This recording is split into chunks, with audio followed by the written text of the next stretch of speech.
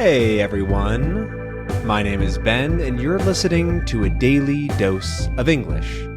This is a short, simple podcast that you can listen to every day to improve your English. You can find the transcripts for all episodes and more on benslanguagelab.com. I'm glad you could make it today, because in this episode, we're going to be talking about video calls. Video calls. Calling people, not on the phone, but with video. But first, I want to ask you how you are. How's your day? I obviously can't hear you, so I'll talk a little bit about mine. I had a good day, generally. It was pretty normal, just a regular Friday that I'm recording this on. And it was really nice. I worked, I went out and bought a few things, I had a good lunch, and I got a lot of stuff done. So really nothing to report, just a normal day, feeling good, and I'm excited for the weekend. But now I want to talk about video calls.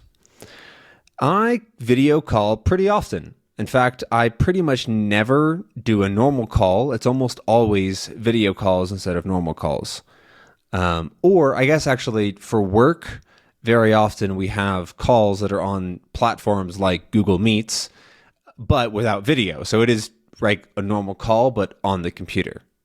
I'm not really counting that. I'm thinking of like when I'm on my phone talking to somebody in that way. And the people that I mostly talk to are my parents and my grandparents, my grandmas, because I've sort of set up this little habit where I call them once a week, every week at about the same time, and we have a chat for 10, 15 minutes, whatever it is.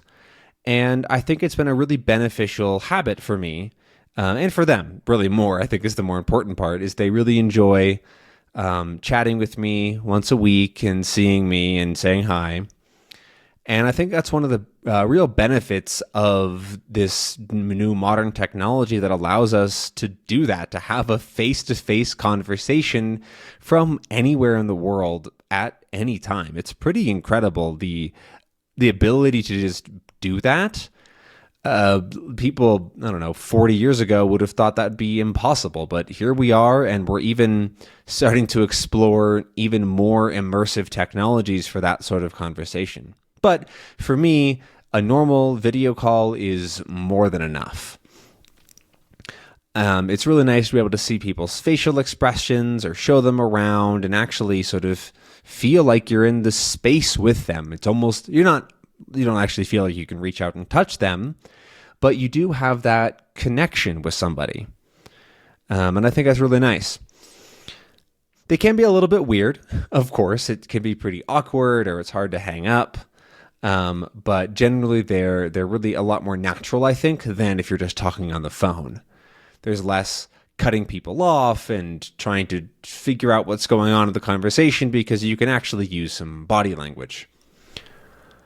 I used to enjoy doing video calls with my parents when I was living in New York. I was working in a restaurant, and when I would leave and walk home, I would have about a 15-ish minute walk from, no, not 15 minutes. It was less than that, but it wasn't too long.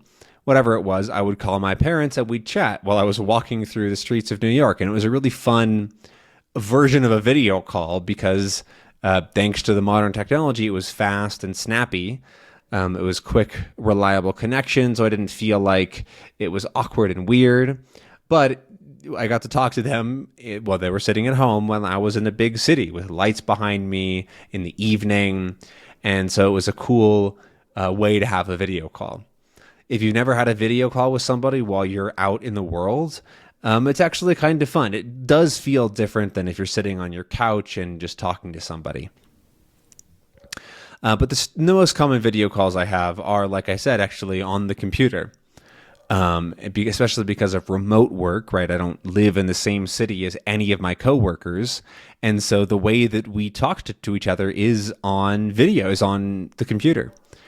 I actually have a slightly nicer setup for video calls. It's not a built-in webcam. I have a used camera that I use as my webcam and a slightly nicer microphone. And so that also makes the experience a little bit nicer. The reason I really wanted to do that was because a couple years ago, right at the beginning of remote work and everybody being on Zoom all the time, I had an English student who was using her husband's setup, and he was a programmer, and he always worked online, and he had like a nice camera and a nice microphone. Like they were probably $500 plus each at least. And I really noticed a huge difference, especially on like how nice it was to talk to her, because she was not only crisp and clear in the video, but the space behind her was really clean, and that there was good lighting, and the audio was easy to listen to. I'm somebody who is really particular about audio. I really care about how quality audio is. And so I hope that you're enjoying this audio. But it really bothers me when somebody has terrible audio, just because it almost hurts my ears. It's really difficult for my brain to process, because there's like this extra layer of it's kind of hard to explain, but it's like there's something crinkly in the background, like some paper or something making noise, which makes it a lot more difficult to focus and to hear the words that they're saying. Even if I can hear fine, I vastly prefer good audio. But audio is very important. And so that was one of the things that really struck me about her setup. One of the things that I noticed was the quality of the audio. And so I decided that I wanted to have better audio for my students, for my clients, and at this point now for my video calls, and just in general, because I think it's an important thing. I also have that same expectation on my own side. I hate being in echoey rooms with a lot of echo, where you can hear your voice bounce off the wall and hit you. It hurts my ears. And so I try to keep things as unechoey as possible. And actually, in my last apartment, I hated talking in my bedroom because it was so echoey. I tried to be quiet as much as possible in my bedroom just because it would hurt my ears, and I never got around to being able to actually de-echo it. But thankfully, this new place that I'm in doesn't have really any echo problems, and it's a lot more comfortable for my ears. I'm not sure if you actually have anything like that, if you understand what I mean by echo problems. I have some ear issues, which could cause that to be more problematic for me, but I think it's a pretty universal thing that people don't like echoes in small spaces. So maybe I'm just crazy, but I'm not sure. Anyways, video calls are what I'm talking about. And the big ones that I use is actually still FaceTime, which is because it's the default one on iPhones. But I'm also trying to switch a little bit more to other options because they're usually just as fine. But one of the things that I found really amusing about FaceTime specifically was there are a couple of features where you can make shapes with your hands or do specific motions, and it will like add an effect to the video call. And it's just a lot of fun to play around with, honestly. It adds no actual value to your conversation, but when you make a heart with your hands, when the hearts come out from your hands, it does sort of feel like you're doing a bit of a magic trick. And especially talking with my grandma, who is not as good with technology. We'll just leave it like that. She was very amused by it. She got a kick out of it, and she thought it was a really funny thing to happen. And so she definitely loves using the hearts, or if you put a thumbs up, it adds a whole bunch of thumbs up in the video, or 2 thumbs up at the same time, puts whole fireworks behind you. But it does require you to have a slightly newer device, I assume because there's some processing done on the computer itself.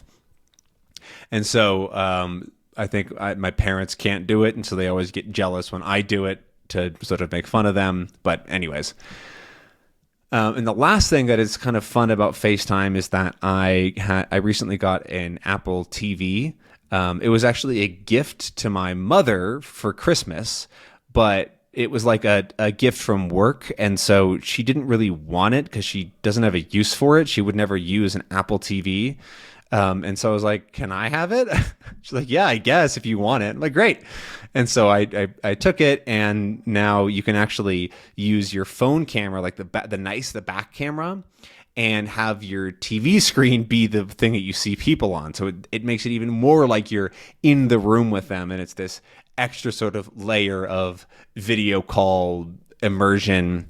But yeah, so that's how I generally interact with video calls. I think that's about enough for today. I don't think I need to go into it anymore. But thank you very much for being here. I hope that you enjoyed your daily dose of English, and I'll see you again tomorrow. Have a good one.